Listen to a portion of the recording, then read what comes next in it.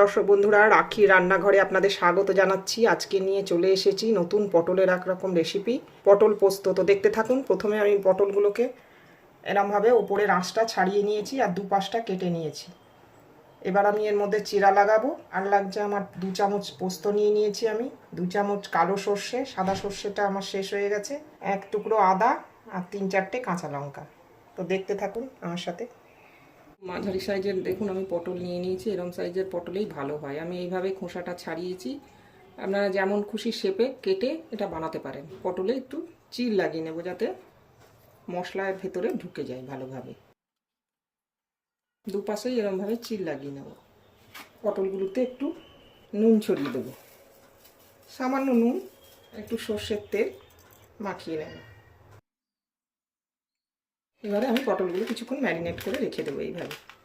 এখানে 1/2 কিলো মতো পটল নিয়ে নিয়েছি। আমার পটলগুলো সুন্দর করে ম্যারিনেট করা হয়ে গেছে। এবারে আমি মশলাগুলোকে এক এক করে ব্লেন্ডারে পিষে নেব। 2 চামচ তো আমি এর মধ্যে দিয়ে নিলাম, ভিজিয়ে রেখেছিলাম। 2 চামচ কালো দানা সর্ষে নিয়ে নিলাম, 1 টুকরো আদা সামান্য, আর কয়েকটা কাঁচা লঙ্কা। এটা আমি ব্লেন্ড করে নেব।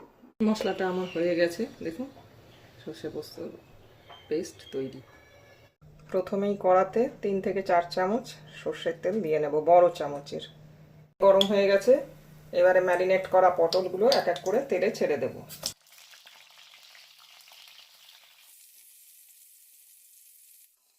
ঢাকা চাপা দিয়ে হালকা আঁচে ভাজতে হবে। পটলটা খুব লাল করে বা কালচে করে ভাজা যাবে না। ঢাকাটা খুলে নেব। পটল আমার ভাজা হয়ে গেছে। পটলগুলো আমার ভাজা হয়ে গেছে। এবারে পটলগুলো আমি তুলে নেব।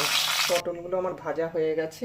এখন আমি তেলে 1 চামচ কালো জিরে, শুকনো লঙ্কা দিয়ে দিলাম। ফোড়নটা একটু ভেজে নিলাম।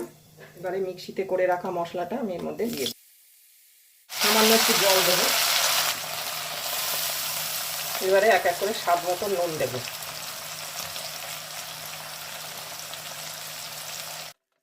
মশলাটা আমার কষে এসেছে। এখন আমি ভেজে রাখা পটলগুলো এর মধ্যে দিয়ে দেব।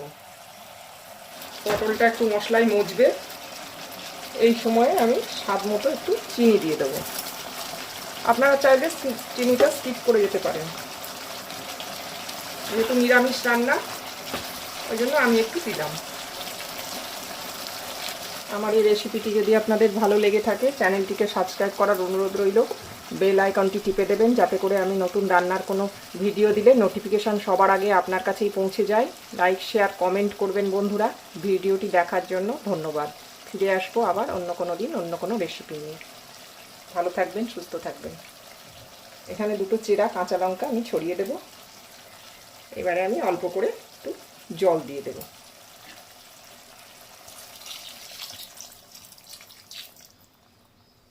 এবারে ঢাকা চাপা দিয়ে 10 মিনিট হতে দেব। পটল পোস্ত আমার তৈরি।